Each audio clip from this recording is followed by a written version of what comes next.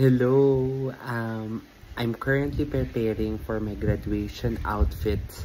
Bali, dalawa dapat yon for baccalaureate mass and then graduation day. And super nai-stress ako right now kasi tatlong mananahin na yung tinanggihan ako. So, my last resort is dalawa rin. O-order ako sa Shein and then maghahanap ako sa Ukay. Tapos yung isa pala, so bali tatlo, yung isa pala is magpapa-alter ako nung mga damit ko na nandyan. And yung theme kasi na gusto ko for baccalaureate mass, naka either color pink or neutral colors like gold, tapos beige. And then for graduation, beige lang. Yung talagang clean girl, Dior girl, ganong atake lang. But, yun yung nabili kong tela. Pero yun nga, tinanggihan ako ng mga mananahi na pinuntahan ko. Pati yung talagang suki ako sa pagpapatahi. Siguro maling timing lang din ako kasi hindi ko naisip na magpapasukan pala ng June. Eh, nagbili ako ng tela ko 6.6. So, naka-sale siya, yes. Pero, yun nga, nagpapatahin na ng mga uniform ang mga kabataan. So ako, tinanggihan ako talaga. Nalungkot ako, na-stress ako.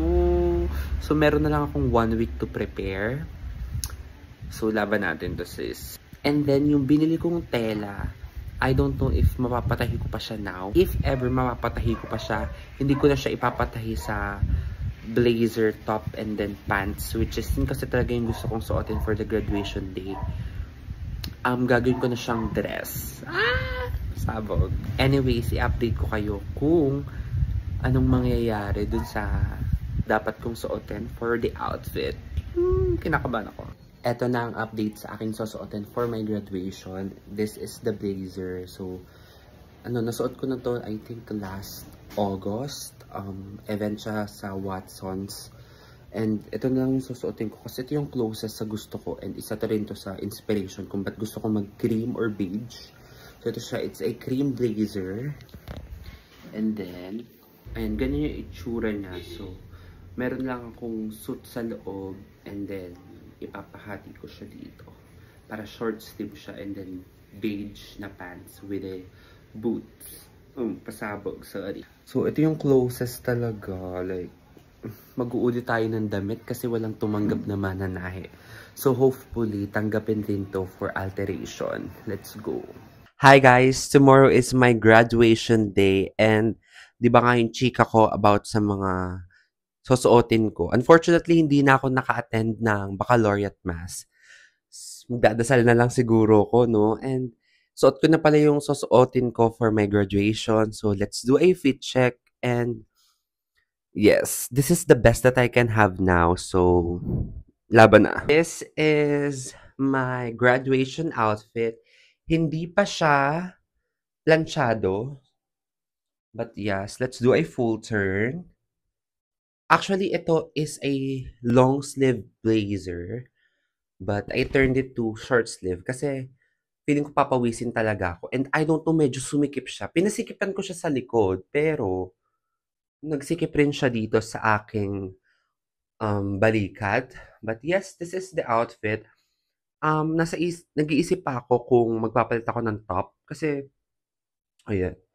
Actually, magkakalapit lang yung kulay niya, pero, yun, siguro laban na naman to, no? Like the graduates of 2025. Bachelor of Science in Chemistry. Pak, pak. Full turn. Oh, sorry. And yung gusto ko talagang outfit is somehow similar to this. Tomorrow is my graduation, June 27, Friday. Hopefully, we will have a good weather. Manifesting with that. And then, what else? Mainit talaga, so tiwala lang. Yung ano ko pala is boots with the heels. And I think that's it. Laban na tayo, di ba? Lalaban ko na to kasi kakakuha ko lang din siya sa tahi. So, bakla pa sa book, like, Madam.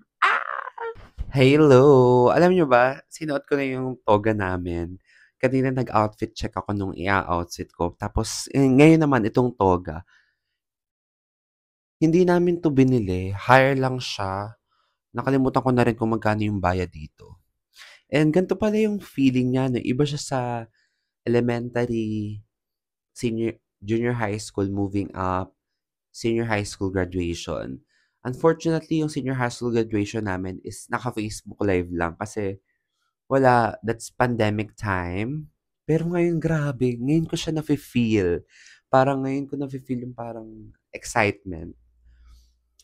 And ganito pala yung feeling 'no, kasi meron ka ng color, yung iyong anong tawag dito, shawl or lace? Anong tawag ba dito? Basta 'yan. Kasi may kulay na siya, so ibig sabihin meron ka ng degree, meron kang nagawang something, may na-achieve kang something big. And grabe sobrang happy ko lang kasi biruin niyo yun, bakla pag-graduate na ako and it's time to move on to another journey. And feeling ko malaki ulit yung magiging pag-a-adjust ko kasi panibagong life na naman ng hindi nag-aaral. What if mag-aral na lang ulit talaga, oo 'no.